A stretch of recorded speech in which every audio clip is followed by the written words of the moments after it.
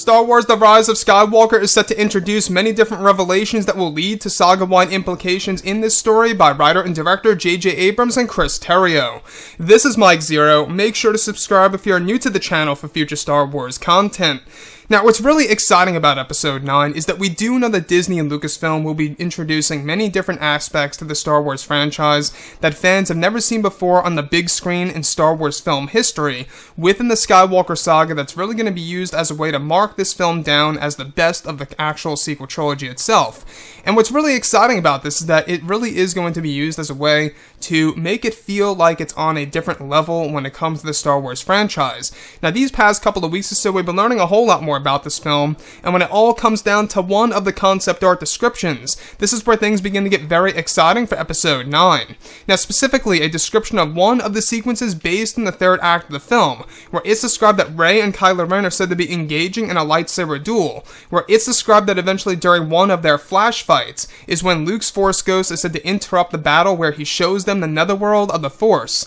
It's said to be a scene where Yoda also appears and delivers a vital message to Kylo Ren and Rey about a dark and sinister presence, where Yoda at this point knows who it is, however does not say the name Palpatine to Rey and Kylo. It's said that during this scene is that Yoda unveils that this Sith spirit that is secretly Palpatine exists all as energy of a power far greater than the dark side of the Force, a power that is said to be anything that he has ever sensed before, and has never even experienced before. Now, Palpatine's power is described by Yoda to also be seen as a threat of Sidious infiltrating the netherworld of the Force and corrupting this realm that is associated with the light side of the Force itself. One of the sequences even involves when Yoda and Luke vanish, where Rey and Kylo are left to fight Palpatine controlling the Dark Acolyte's body. So let's go over a couple of parts about this, because we do know that J.J. Abrams wants to add in a different medium to the Star Wars franchise that we the fans have never seen before on the big screen, and one of those big new elements is going to be the netherworld of the Force, and a new power that surpasses the dark side of the Force itself. So what do I think about this? Now, I think that using a new power that's stronger than the dark side of the Force could very well be quite risky, to say the least. I'm not quite sure if a lot of fans are going to agree with that use of power that's going to pretty much exceed the power of the dark side and be called something else. Now, we've heard about this power before in the past. It's actually a power that originates over in the Beyond that the Sith spirit of Palpatine is powered by. And what's really exciting about this too, though, is that one of the sequences even involves Yoda giving a lesson to both Rey and Kylo about this dark and sinister figure that is rising and even poses a threat to infiltrate the netherworld of the Force itself that is highly associated with the light side. Now, what's really intriguing about this is that it really seems like that they are diving into different realms in the Star Wars universe to make us understand everything related to the afterlife in the Star Wars franchise. You know, in the Darth Vader comics, we learn about the actual spiritual realm that Darth Vader travels to, and now in Episode 9, we're going to learn about the netherworld of the Force, as well as the spiritual realm that holds many different Sith wraiths, if you will.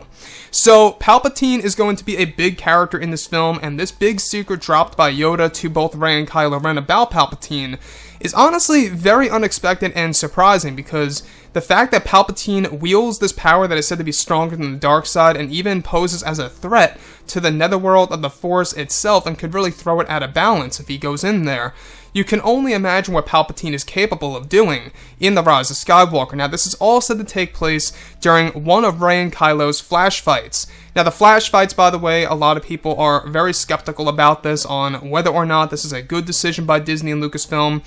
It is essentially a lightsaber duel that meets flashbacks, flash forwards, and the Force Bond sequence into one big moment. And in between, there's a moment in which both Rey and Kylo are interrupted by Luke and Yoda by use of the netherworld of the Force, showing them exactly what it looks like, where Yoda gives them a little lesson about this dark figure that is rising, that is very close by, and even warns them about this figure coming close. So, like I say, we do know that Yoda got his time in The Last Jedi. There were mixed reactions on that too.